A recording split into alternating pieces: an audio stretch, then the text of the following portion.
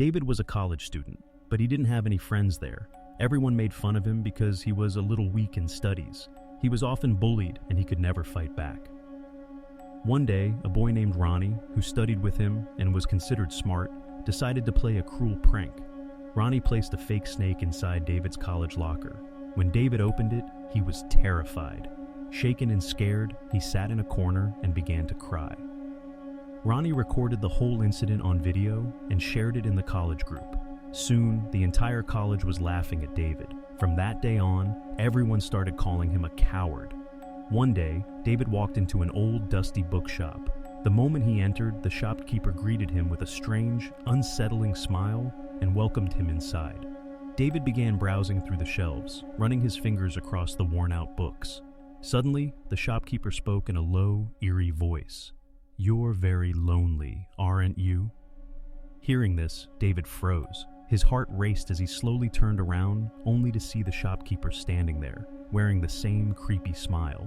David felt a wave of fear wash over him, but he tried to compose himself and said, "No, I'm fine."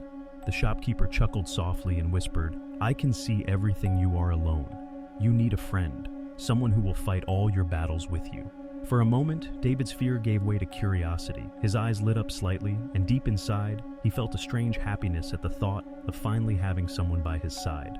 The shopkeeper showed David a book and said, "This is for you, it will always help you." David hesitated for a moment, lost in thought, but then decided to take the book. It looked completely ordinary. Its cover was plain red, and on it were the words, "I want to become your friend." David assumed it was just a simple book about making friends. He asked the shopkeeper, "How much does it cost?" The shopkeeper replied with a strange smile, "Its price will be paid when he arrives." David frowned slightly. "Who will arrive?" he asked. The shopkeeper's smile widened.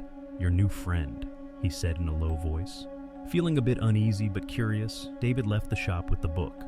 That evening, after returning home and having dinner, he sat down at his desk and opened the red-covered book to start reading. As soon as David opened the book, the lights in his room suddenly flickered and went out for a brief moment. The room fell into an eerie silence. He shrugged it off, thinking it was just a power fluctuation, and continued reading.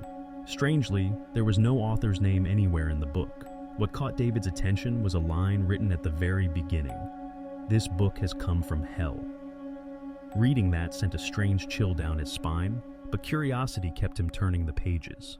The book told stories about the devil, how he had been wronged, how he was cast out of heaven by God. Unlike what David had always heard, the book described the devil in a sympathetic light, almost painting him as a victim.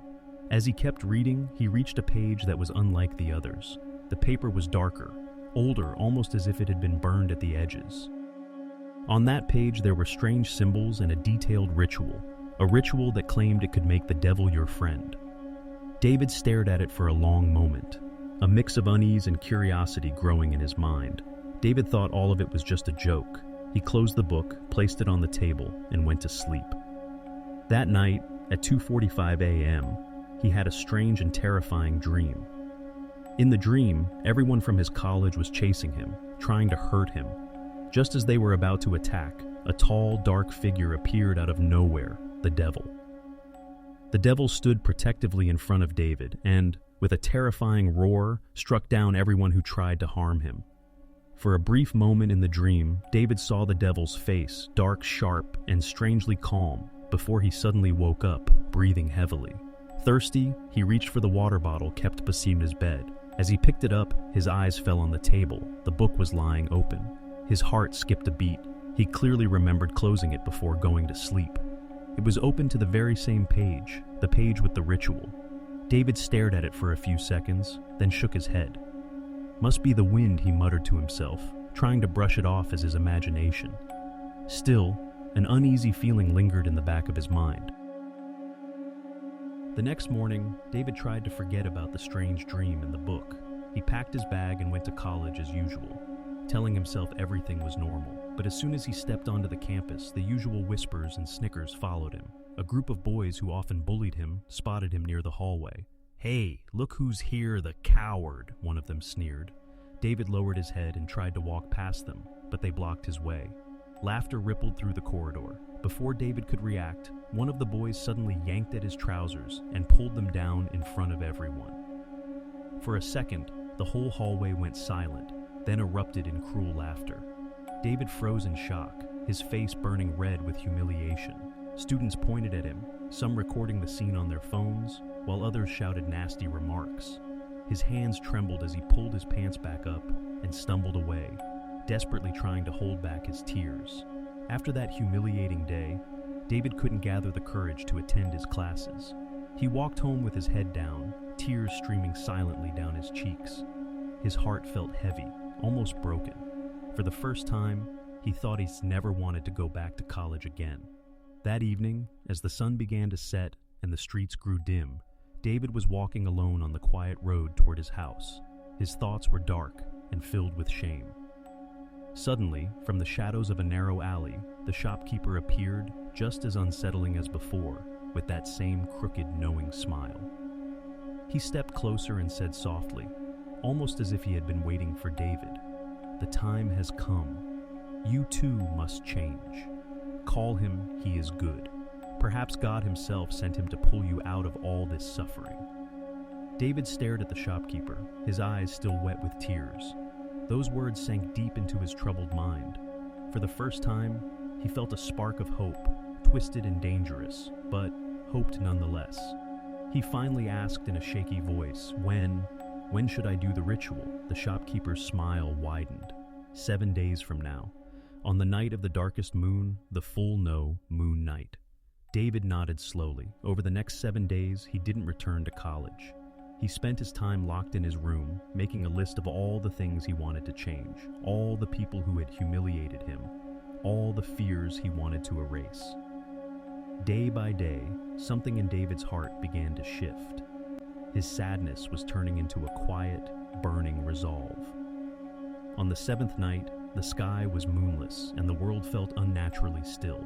David had chosen the old, unused shed behind his house as his summoning place. The broken windows and cobwebbed rafters made it feel as if the place itself was waiting for something terrible to happen. He carried an old metal cup of salt, a box of chalk, 6 lavender-scented candles, a few matches, and a small offering 2 boxes of dark chocolate, just as the book had mentioned. First, he carefully sprinkled a thick ring of salt on the dusty floor, moving slowly, making sure there was not a single gap. Inside that ring he drew, with trembling hands, a large chalk circle, and then a crooked inverted pentagram. The candles were placed at the 5 points of the star, and one in the center beside the chocolate. One by one, David lit them, their faint lavender fragrance mixed with the smell of old wood, and the small flames cast restless shadows on the walls. Finally, his voice was shaky at first, but growing steadier, he began to chant the strange words written in the book. Secula saeculorum, be my friend, be my friend. He repeated the lines 6 times, just as the ritual demanded, trying to picture the shadowy figure from his dream, the one who had saved him. At first, nothing happened. Then, the air in the shed grew heavy, as if the night itself were pressing in. A dim pulse of purple and red light seeped up from the center of the chalk pentagram, glowing faintly against the dark floorboards. David's breath caught in his throat. The offering of chocolate trembled, as if touched by unseen hands. He thought he saw vague, shifting shapes in the glow, crouched low and moving as if sniffing the air. David whispered, almost to himself, "You came." Out of the trembling red-purple light, a tall figure began to take shape. At first it looked like nothing more than a thick shadow standing on 2 legs. Then David noticed the details as the glow flickered across it. The creature's body was lean but strong, the skin a dark, smoky gray that seemed to drink in the candlelight. Its face was long and sharp-boned, almost human, but with eyes that glowed faintly like embers behind a thin,